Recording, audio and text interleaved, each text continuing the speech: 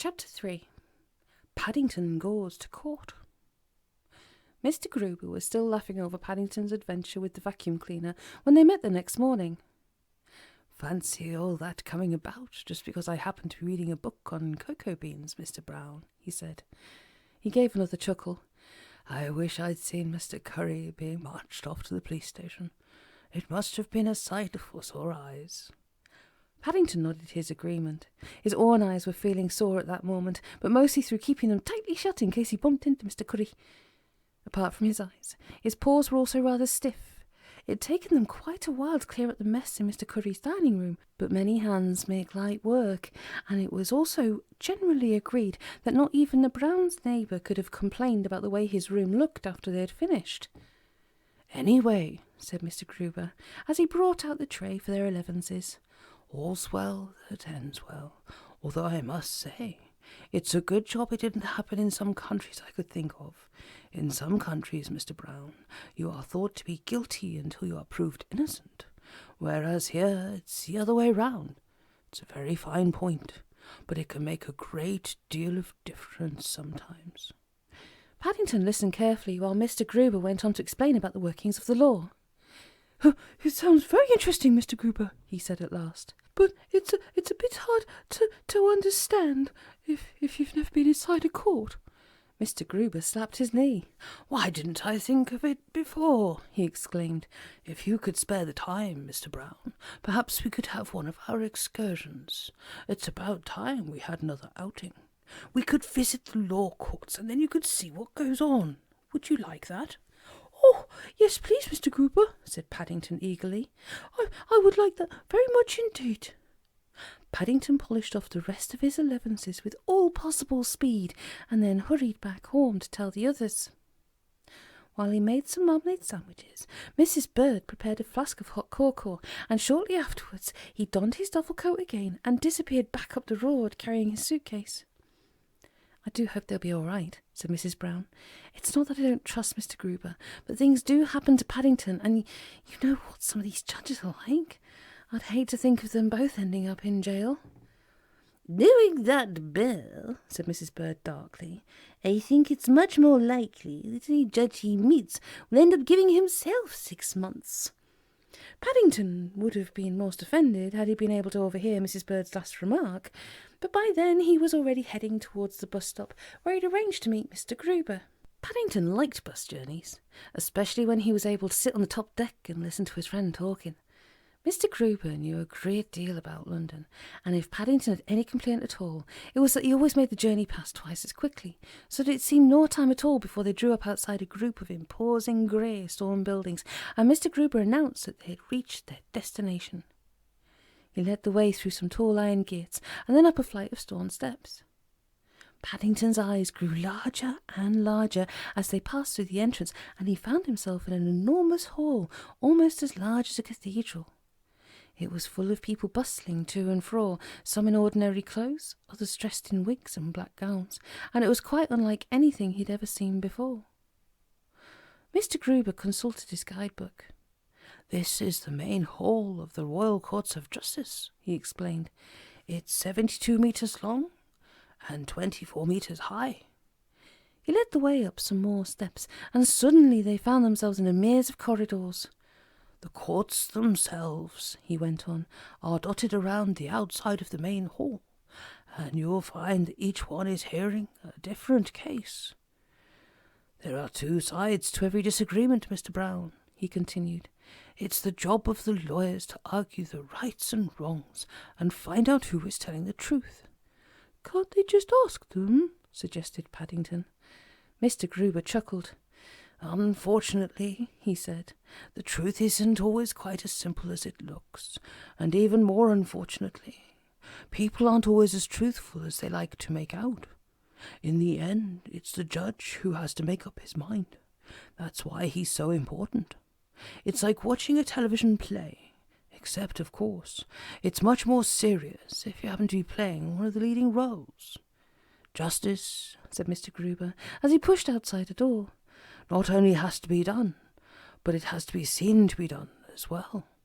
That's why they have a public gallery, and it's the right of every citizen to be present if he so wishes." Mr. Gruber's face fell as he tried the handle. "Oh dear," he said, "it seems to be locked. How very disappointing. I'm sure there must be some mistake. If you care to wait here a moment, I'll see if I can find someone in authority." Excusing himself, Mr. Gruber hurried off down the corridor, leaving Paddington to wait outside the door. In point of fact, he wasn't at all sorry to have a moment's rest so that he could take in all that Mr. Gruber had told him. And there was so much activity all around, he was only too happy to sit back and watch for a while. Opening his suitcase, he took out a marmalade sandwich and then poured himself a cup of cocoa to while away the time. Mrs. Bird's thermos flask was a very good one indeed. It always kept things extremely hot, and the present contents were no exception. In fact, so much steam rose from the cup of cocoa, he had to wipe his eyes several times in order to see what was going on. He put the top back on the flask, and had only just finished closing his suitcase again, when a man in uniform came up to him. He stared at Paddington in surprise. "What do you think you're doing?" he asked. "This isn't a snack bar, you know." "I'm waiting to go in," said Paddington. "I want to see justice done." The man gave him an odd look. "What's your name?" he inquired. "Brown," said Paddington. "Paddington Brown." "Brown," echoed the man. A change suddenly came over him. "Dear, oh dear," he said. "It's a good thing for you I came along. They're calling for you downstairs." "They're calling for me downstairs?" exclaimed Paddington. "Mr. Gruber must have been quick." "I don't know about Mr. Gruber," said the man, helping him to his feet. "But if you take my advice, you get to move on." Paddington didn't need asking twice. Grabbing hold of his suitcase, he hurried down a flight of steps after the man and rounded the corner into another long corridor where, sure enough, he heard someone calling his name. "Here he is," called his companion. "Found him upstairs having a tuck-in." "Well, you better look slippy," cried the second man, waving him on. "It's old Justice Eagle today, and he doesn't like to be kept waiting."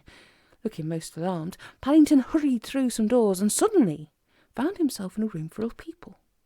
The whole of one half was taken up by rows of seats on tiers, not unlike a small theatre, and facing them, behind a bench on a raised platform, was an imposing-looking man wearing a large wig. He glared at Paddington over the top of his glasses. "Where have you been?" he asked severely.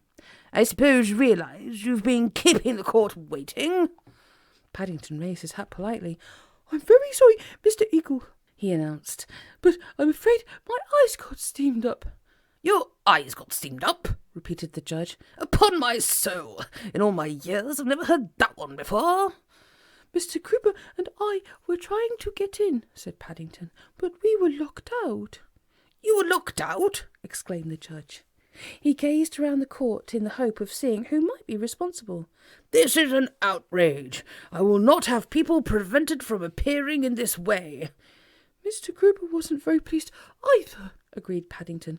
"He's gone to see if he can find someone in authority." Quite so," said the judge, looking slightly more benevolent. He motioned to a man sitting in the well of the court. "Let us proceed. We've lost enough time already." To Paddington's surprise, the man led him to a box-like compartment at the side of the court and opened a small door for him. Feeling very pleased that he was being given a seat with such a good view of all that was going on, Paddington climbed inside, and he was about to settle down when the man handed him a book. "Do you swear?" he began. "Never," said Paddington firmly. "Mrs. Bird wouldn't like that at all, and even if she did, I wouldn't." The man looked around apprehensively at the judge and then decided to have another go. "Do you swear," he repeated, "to tell the truth, the whole truth, and nothing but the truth?" "Oh, yes," added Paddington more cheerfully. "I was brought up by my Aunt Lucy, and she taught me to never tell lies." "Silence in court!" exclaimed the judge as a titter ran round the assembly. He consulted a sheaf of papers in front of him, and then directed his gaze at a man in a wig and gown on the other side of the room. "I see no mention of Aunt Lucy, Mr. Cloudsworthy," he said. "Do I take it that the prosecution are not going to call her?" "I don't think she would hear you if you did, Mr. Eagle," said Paddington. "She's in Peru." "Aunt Lucy's in Peru?" repeated the judge. He adjusted his glasses and then gazed at the prosecuting counsel. "I find this very hard to accept." Mr. Cloudsworthy looked as if he'd found Aunt Lucy's absence even harder to accept than the judge. Looking most confused, he shuffled through his own pile of papers and then had a hurried conversation with one of his assistants. With respect, my lord, he said, I don't think she's very important. Paddington gave Mr. Cloudsworthy a hard stare. Aunt Lucy's not important, he exclaimed. She brought me up. I think, said the judge after a long pause, that you'd better start your questioning, Mr. Cloudsworthy. We'll deal with the matter of Aunt Lucy later. Yes, my lord, said Mr. Cloudsworthy. He turned and directed his attention toward Paddington. I take it, he said, that you realise why you're here today. Oh, yes, said Paddington. I'm here because it's my right as a citizen. Mr. Cloudsworthy looked slightly taken aback. Yes, he said. Very commendable indeed. I take it from your reply that you've had some knowledge of the law. May I ask if you've ever taken articles? Never, exclaimed Paddington hotly. That's worse than telling lies. I don't mean those sort of articles, said Mr. Cloudsworthy crossly. I mean the sort you have to take when you learn a profession. It's like an agreement to say you have to stay with someone until... He broke off under Paddington's steady gaze and hurriedly changed the subject. I'll have you know, he continued, that I have a very big case here. Paddington peered at him with interest. I've got a small one, he announced, holding up his suitcase. I brought it with me all the way from Darkest Peru. It's got a secret compartment where I keep all my important papers. Really? Said Mr. Cloudsworthy, trying to strike a jocular note as he caught sight of the expression on the judge's face. I thought perhaps that's where you kept your briefs. My briefs? Echoed Paddington. I'm only here for the day. The judge took hold of his gavel and rapped the desk sharply. Silence! He bellowed. This is no laughing matter. Briefs, he said, returning to Paddington, are papers lawyers have to bring with them when they attend court. Oh, I don't have any of those, said Paddington, opening his case, but they've some marmalade sandwiches. May I see that? Asked the judge, as Paddington held one of them up for everyone to see. Paddington handed his sandwich to one of the ushers, who in turn crossed and passed it up to the judge. Is this really part of the evidence you are submitting, Mr. Cloudsworthy? Demanded the judge distastefully, as he took a closer look. A bear's sandwich? Mr. Cloudsworthy looked as if he was hardly sure of anything any more. Removing a handkerchief from inside his gown, he lifted up his wig and began mopping his brow. I am not really sure, my lord, he stuttered. Mark this sandwich Exhibit A, said the judge, handing it back to an official. I will examine it more closely later. My sandwich is being marked Exhibit A, exclaimed Paddington excitedly. That's some of Mrs. Bird's special homemade marmalade. She will be pleased. We'd better call her, then, said the judge. Perhaps she'll be able to throw some more light on the matter. I've never even heard of Mrs. Bird, said Mr. Cloudsworthy. The judge looked at him severely. I really don't think, Mr. Cloudsworthy, he said, that you are conducting your case in the best possible fashion. You don't even appear to know your own witnesses. Call Mrs. Bird. Call Mrs. Bird, shouted someone at the back of the court. Call Mrs. Bird, echoed a voice outside. I don't think she's here either, Mr. Eagle, said Paddington. Mrs. Bird's not here, repeated the judge, but she's obviously a most important witness. Why isn't she here? I expect she's out shopping with Mrs. Brown, said Paddington. She always goes out on Tuesday afternoons. Really? Barked the judge. This is intolerable. He glared across the courtroom at the unfortunate counsel. I have a very good mind to call halt to this old case. Mr. Cloudsworthy took a deep breath. With the greatest respect, my lord, he said, I would like to ask the witness one more question. Granted, said Mr. Justice Eagle reluctantly, but please do be brief. Placing two trembling thumbs beneath his lapels, Mr. Cloudsworthy fixed Paddington with his gaze as he made one last despairing effort. Where were you on the morning of the 29th? He asked slowly and distinctly. Think carefully before you answer. Paddington did as he was told, and considered the matter for a moment or two. What time on the morning of the 29th, Mr. Cloudsworthy? He asked. At around 11 o'clock, said the counsel, looking slightly relieved that he was making some progress at last. I expect, said Paddington, I was having my elevenses with Mr. Gruber. We always have them around then. That's why we call them elevenses. Call Mr. Gruber, said the judge wearily. Call Mr. Gruber, said a voice at the back of the court. Call Mr. Gruber, came in an answering echo from outside. By that time, everyone had become so used to the non-appearance of witnesses that a buzz of excitement went round the court as the door suddenly opened. Mr. Gruber was accompanied by another man, and he looked more than pleased when he saw Paddington standing in the witness box. If you please, my lord, he said, addressing the judge, I fear there's been a slight misunderstanding. As I am sure your lordship realizes, there are a good many Browns in this world, and I have a feeling that two of them have become mixed up. He motioned to the man standing next to him. I believe this is the Mr. Brown you really wanted to see. The judge first gazed at Mr. Gruber and then at Paddington, rather as if he not only agreed that there were a good many Browns in the world, but there was even one too many for his liking. He appeared to be about to say something, and then changed his mind and rose to his feet. It's been a very trying day, he said wearily.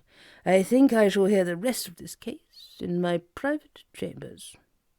Paddington and Mr. Gruber paused at the entrance to the law courts and gazed back at the great hall, still seething with life. What a good thing I heard my name being called when I did, said Mr. Gruber. Otherwise there's no knowing what might have happened.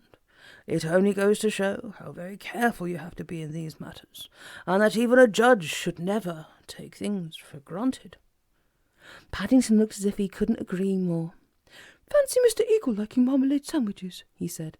He told me he wished he could have some in his chambers every day. Judges are only human, said Mr. Gruber. They may look very grand when they're in court, but take away their wig and robes, and they're just like anyone else. Except, of course, they need to be much wiser than most people, and often much more understanding. I don't suppose there are many bears who can say they've been inside a judge's private chambers, he continued, let alone shared their sandwich with one. It had taken Mr. Gruber some while to explain matters to the judge, but in the end even Mr. Cloudsworthy had taken the matter in good part. Mr. Cloudsworthy said that he wouldn't mind having me as a witness on his side another time, said Paddington, especially if my eyes were steamed up. I wonder what he meant by that. Mr. Gruber coughed. We shall probably never know, Mr. Brown, he said tactfully. But if you want my verdict, after all the goings-on that we've been through, I think we ought to have a nice cup of tea. There's a restaurant near here where they used to serve some delicious crumpets. If you still have any room left, it might be worth investigating. What do you think? Paddington licked his lips. I think, Mr. Gruber, he said as they made their way down the steps and into the world outside, that you would make one very good judge too, if you ever decided to be one.